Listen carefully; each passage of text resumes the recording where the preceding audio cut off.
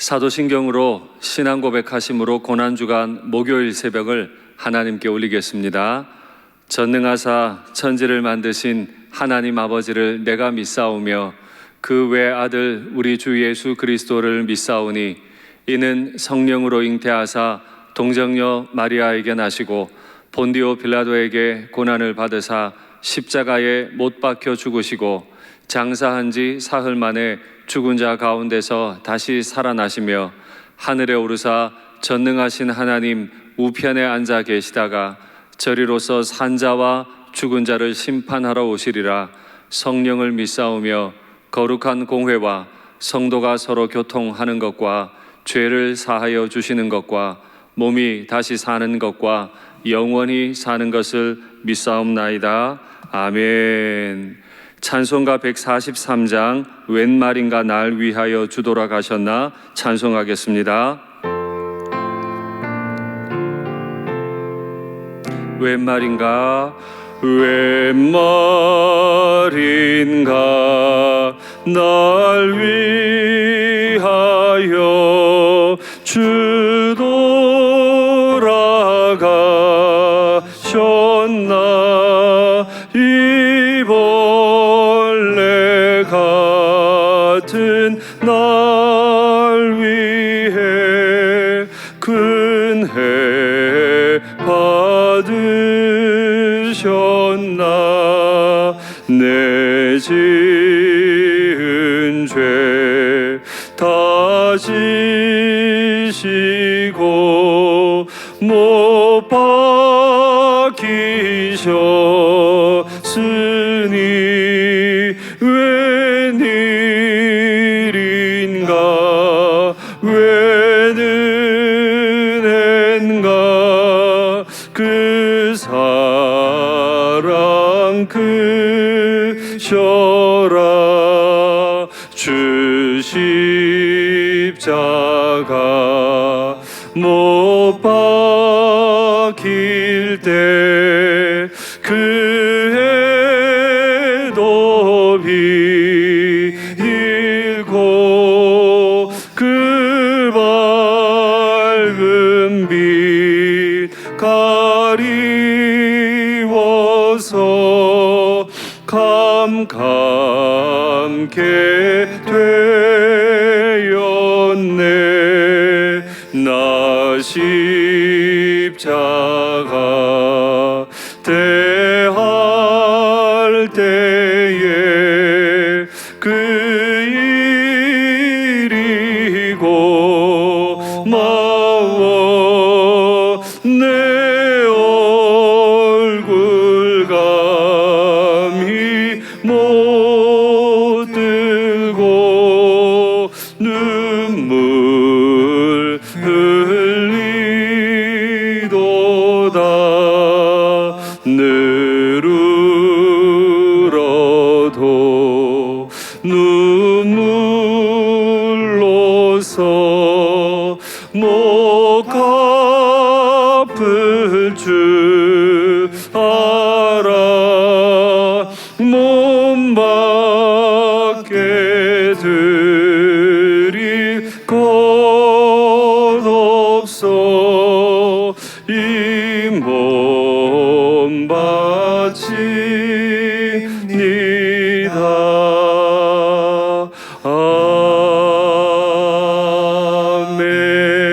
아멘. 할렐루야. 우리가 고백한 대로 또 어제 말씀드린 대로 우리가 십자가 앞에 서보면 그 어떤 권위를 주장할 수도 없어요. 그 하나님의 권위, 날 대신해서 십자가에서 죽으신 예수님의 권위 앞에 서보면 할 수 있는 게 아무것도 없어요.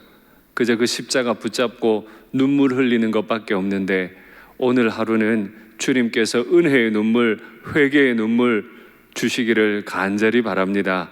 이제 하나님 말씀 받겠습니다. 이 복된 시간에 주시는 하나님 말씀은 신약성경 누가복음 20장 19절부터 26절까지 말씀입니다. 누가복음 20장 19절부터 26절까지 말씀 신약 130면에 있습니다. 말씀의 제목은 누구의 형상과 글이 여기 있느냐입니다. 누가복음 20장 19절부터 26절 제가 봉독하겠습니다. 서기관들과 대제사장들이 예수의 이 비유는 자기들을 가리켜 말씀하심인 줄 알고 즉시 잡고자 하되 백성을 두려워하더라.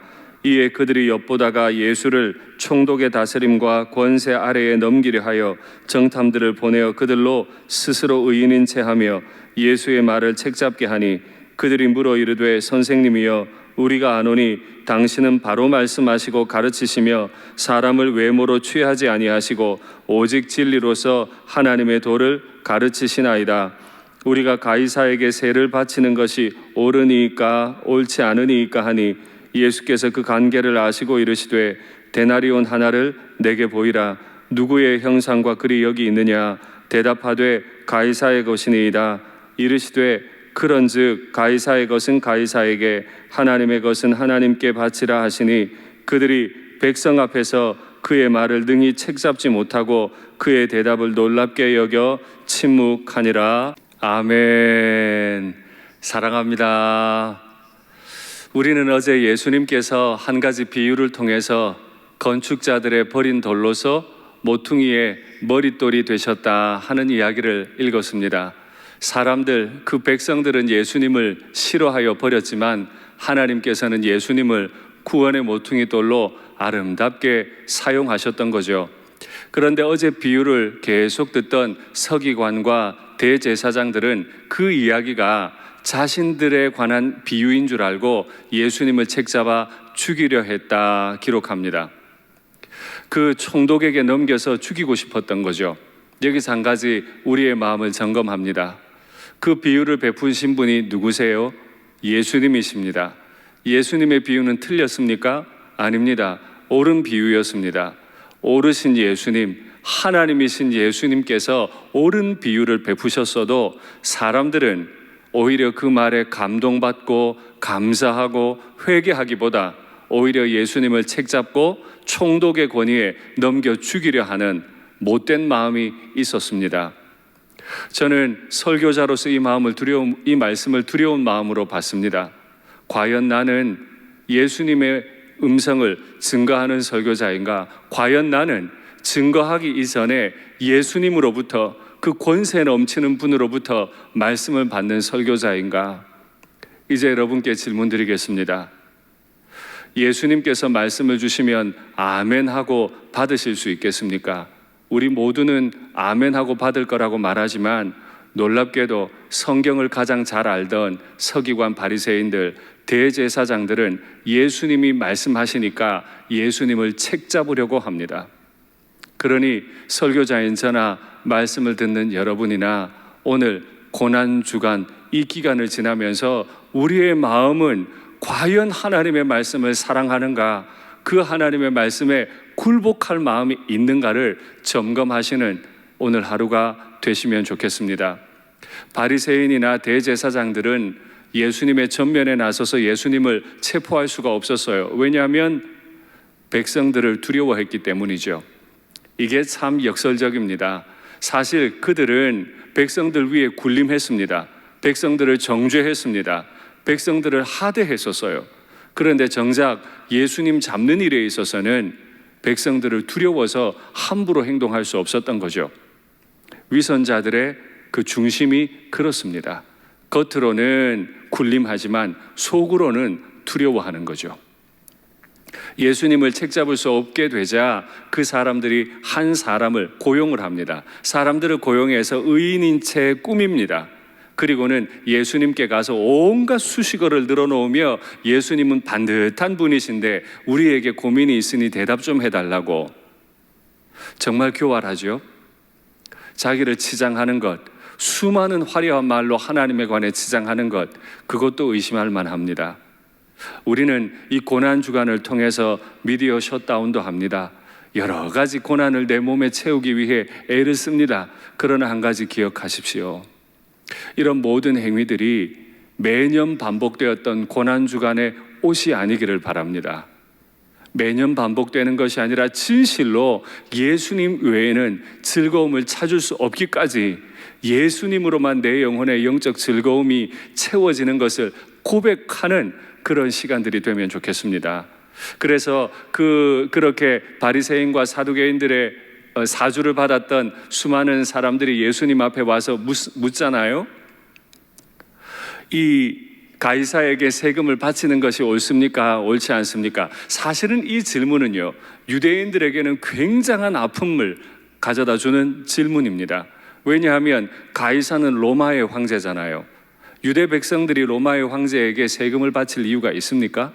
없어요. 그런데 바쳐야 되는 이유는 로마에 정복당했기 때문이죠. 그러니까 유대 사람들 중에는 어쩔 수 없이 세금을 바치는 사람도 있지만 또 한 무리 가운데는 가이사에게 세금을 바치는 것은 있을 수 없는 일이라고 하는 사람들이 있었습니다. 한마디로 로마의 입장에서 보면 폭도들이죠. 열심당원입니다. 예수님께서 어떻게 말하든 걸리게 돼 있죠. 세금을 바쳐야 된다라고 대답을 하면 열심당원들, 로마에 절대 세금을 바치면 안 된다고 하는 사람들의 표적이 될 것이고, 세금을 바치면 안 된다라고 대답하면 총독에게 잡혀가겠죠. 그렇게 의로운 체하며 바리새인들의 분신, 대제사장 사두개인들의 분신의 역할을 하고 있는 그들이 이렇게 질문을 하자 예수님께서는 엉뚱한 대답 하나를 하십니다. 너희에게 데나리온 하나가 있으면 내게 보여달라 말씀하세요. 그 데나리온을 바라보시면서 주님이 이런 질문을 하시죠. 이 데나리온에 무엇이 있느냐? 가이사의 그림이 있다. 여러분, 실제 예수님께서 아마 그날 들어 보이셨을 티베리우스 황제의 얼굴이 새겨진 데나리온을 사진으로 한번 보시겠습니다. 저게 티베리우스 황제의 얼굴이 새겨진 데나리온입니다. 주님께서는 질문 받으시고 아마 저 사진을 들어 보이셨을 거예요. 저 옆에 글도 적혀 있습니다. 아우구스투스 황제의 아들 티베리우스. 예수님께서는 이 데나리온을 하나 보이시며 질문하십니다. 이 화상이, 이 그림이 누구의 것이냐? 그랬더니 그 의로운 체하던 사람들이 대답을 했죠. 황제 가이사의 것입니다. 그러자 주님 말씀하십니다. 이 화상이 황제의 것이라면, 가이사의 것이라면 가이사에게 바치거라. 그러나 하나님의 그림이 그려져 있는 게 있다면 그건 하나님께 바쳐야 할 것이다. 여러분, 지금 질문에 대한 대답이 맞습니까? 약간 어긋난 것 같죠? 이게 예수님의 의도였습니다. 그들의 마음 속에 무엇이 새겨져 있는지를 주님께서 물으시는 거예요.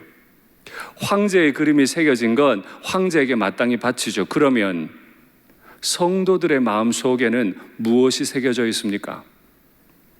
그렇게 사람을 보내 질문하는, 권위가 어디서 왔느냐고 질문하고, 너는 누구의 권위를 가졌느냐고, 무슨 권위를 가졌느냐고 질문하는 그들의 중심에는 하나님이 새겨져 있습니까?